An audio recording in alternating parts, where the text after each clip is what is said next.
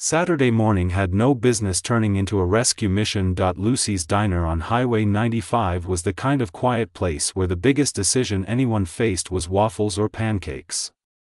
The neon open sign flickered. Coffee steamed on tabletops. 8 bikers from the Thunder Knights Motorcycle Club sat laughing softly in the back booth, leather vests folded across chair backs, helmets placed neatly beside them. Then the world shattered. The front door slammed open so hard the bell ripped loose and clattered across the tile. A barefoot boy burst inside, maybe 8 years old, face streaked with dirt and tears. One shoe missing. His shirt ripped at the shoulder. Blood welled from tiny cuts on his feet where gravel had chewed them raw. For one heartbeat nobody moved, forks hovered mid-air. Conversations stopped. The diner felt frozen in time. Then the boy screamed, "Please help. They're beating my mama." Customers stared, but fear glued them to their seats. In the back corner, chairs scraped loudly as 8 men rose in unison. Victor Kane, the Thunder Knights road captain, crossed the room and knelt before the shaking boy, softening his large, intimidating presence. "Where is she, son?" he asked gently. The boy pointed toward the peeling motel across the road. "Room 14. Her boyfriend's hurting her real bad." Victor looked up. 7 bikers met his gaze. They didn't need words. They shared a vow older than their club itself: protect the innocent, especially women and children. Victor stood slowly. "We've got you, kid," he said. Then to the waitress behind the counter, "Lucy, call 911.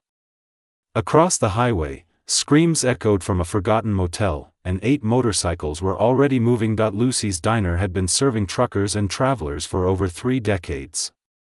The Thunder Knights had become part of the furniture, Saturday regulars for more than 15 years without a single incident. That morning started like every other. Victor had just taken a bite of pancakes when fate walked through the door on bleeding feet. Minutes later, the bikers jogged across Highway 95 toward the motel's cracked pavement. Tires screeched nearby as cars slowed at the strange sight, leather-clad men sprinting without hesitation toward danger. The motel was the kind of place people avoided looking at too long, windows cracked, paint peeling, desperation seeping from every corner. They followed the screams to room 14. Inside, a man's drunken bellow crashed against thin walls while a woman sobbed and pleaded, "Stop, please, Marcus, stop." Tyler tried to rush ahead, but one biker gently stopped him. "Easy, champ. Let us handle this." Victor planted his boot against the door and kicked. The door flew inward and slammed hard against the wall. The room smelled of alcohol and fear. Rebecca Martinez lay curled beside the bed, blood dripping from her nose. Her eye was swelling shut purple. Towering above her stood Marcus Webb, 6 feet tall, gym-built, rage dripping from his clenched jaw. His fist hovered high, ready to strike again. "That's enough," Victor said. Marcus whirled around. "This ain't your business. She's my woman." 8 bikers filed into the room, filling the tiny space with silent authority. "She's not your woman," Victor replied. "And when a child has to run screaming for help, you've made it our business." Marcus laughed and swung. Victor caught the punch mid-air, twisted with controlled strength, and slammed Marcus face first into the wall. 1 move, Marcus sank to his knees in shock. 2 bikers pinned his arms, another knelt beside Rebecca. Riggs, the former combat medic, worked quickly. "Ma'am, can you hear me? Where does it hurt most?" "My ribs," she gasped. "And my baby, Tyler, where's Tyler?" The boy rushed forward, wrapping his arms carefully around his mother. "I got help, Mama. They're the good guys." Rebecca clutched him despite the pain as tears ran down her bruised face. Victor watched, jaw clenched. He'd seen combat overseas, but nothing hit harder than witnessing violence in front of a child. Sirens approached within minutes. Sheriff Tom Cruise arrived with paramedics. The sheriff knew the Thunder Knights well, from toy drives to highway fundraisers. He surveyed the scene. "What happened?" Victor explained simply. "A kid came crying to Lucy's. Said his mama was being beaten. We found this man doing exactly that." The sheriff nodded grimly.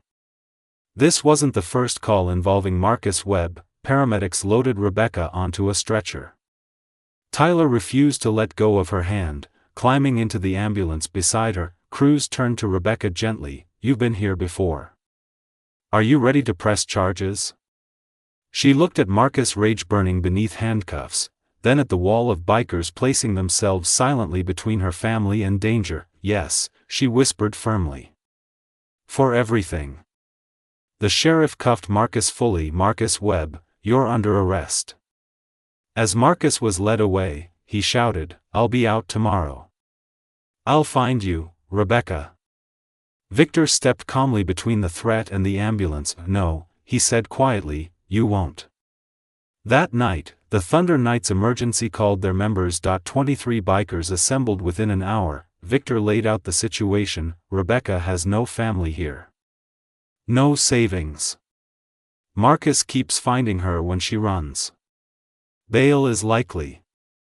Axel, the grizzled club president, folded his arms. "What are you suggesting?" "Safe housing. Financial help. Full club protection." Some members hesitated. "Families, jobs, expenses." Victor stood. "That kid trusted us when the diner froze. We can't answer the call and then disappear."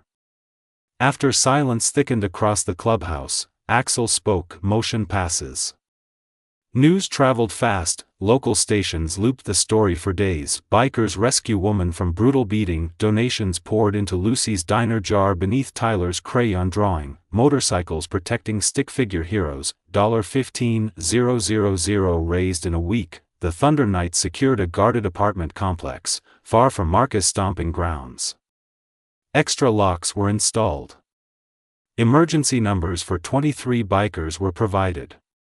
Rebecca received a waitress job. At Lucy's diner, Marcus made bail 4 days later. He searched. Nothing. Old addresses vacant. Phone disconnected. New workplace guarded. Word had spread around the county. Touch Rebecca Martinez and deal with 40 bikers first. Marcus even tried filing a harassment complaint. Sheriff Cruz laughed. "Stopping a beating? That's civic duty." Case dismissed. Marcus vanished 2 states away soon after. Life finally became peaceful for Rebecca and Tyler. Tyler entered 2nd grade that fall. His first day featured 8 Thunder Knight motorcycles escorting him to school, low engines purring like a protective wall. The other kids thought it was the coolest thing they had ever seen. Tyler stood tall. 1 year later, Lucy's diner held a community celebration. Rebecca stood trembling at the microphone. "A year ago my son ran here begging strangers to save his mother. These men gave us our lives back." Tyler stepped forward with a painted picture, 8 bikers guarding a woman and child under the words, "Sometimes heroes ride Harleys." He handed it to Victor. Victor hugged him tightly. "You were the real hero, kid. You had the courage to ask for help." Sometimes the bravest cry for help interrupts the quietest morning, and real heroes answer calls they never expected to receive. If this story moved your heart, hit like to support storytelling that matters. Subscribe for more true stories of courage and hope. Tell us in the comments, would you stand up for a stranger like these bikers did?